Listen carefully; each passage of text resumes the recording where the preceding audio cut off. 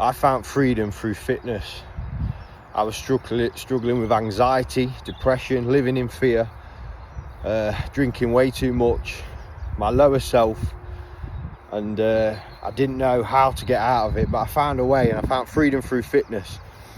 And what I did is that the fitness, the exercise, it became my therapy. So every time I walked in the gym, that was therapy. I crucified the flesh. I adopted a life of discipline where I never missed, because as you know, once you get momentum going, it's not ideal to miss. If you miss a day at the gym, it's always hard to get back into it, but if you're continuously doing it, it's easier to stay in that rhythm. And depending on how fucked up your mind is will depend on how much physical activity that you need to do, because as you know or might not know, that staying active quiets the mind. So if you're in a negative state, if all your thoughts are negative, your internal voice isn't positive, and it's vibrating low, then you can't think your way out of that state of mind. You have to move your way out of it.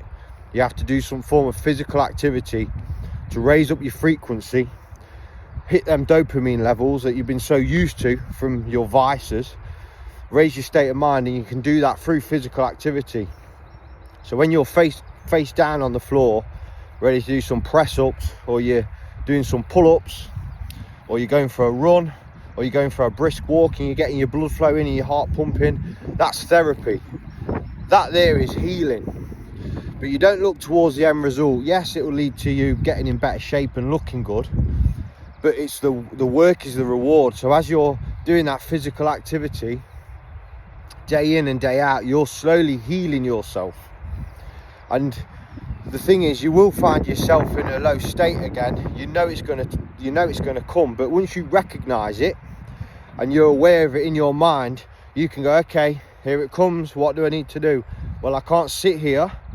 I need to move. You need to do something. You need to stay active. And that's one of the steps into, well, one, it's so good for you. It's positive, you know, and you need to do it day in, day out. It's positive repetition. And what that does is that strengthens your power of will. And the way society is designed and the way it's structured is to keep men weak. They want us weak because the weaker we are, it empowers them. But the stronger that we are, it weakens them. So it's by design, you know, through negative repetition, whether it's drugs, alcohol, weed, cigarettes, whatever it may be, porn, that vice, that weakness, what that does is that weakens the power of will. So we're subconsciously programmed to be weaker and weaker and weaker, that we have you know, these limiting beliefs of what we can achieve, and it just pulls our spirits down. But we can build them up again. So the same way that we got addicted, we can become unaddicted.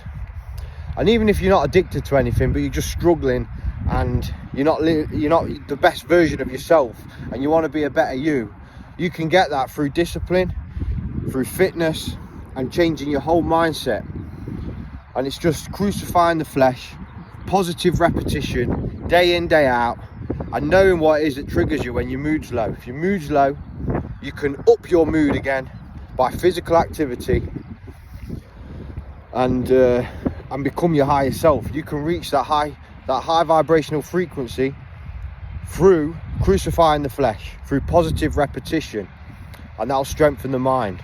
Day in, day out, never miss. Hope this helps. It helps me. I'm a new man. I was broken, I was down, I was depressed, I was stuck in addiction.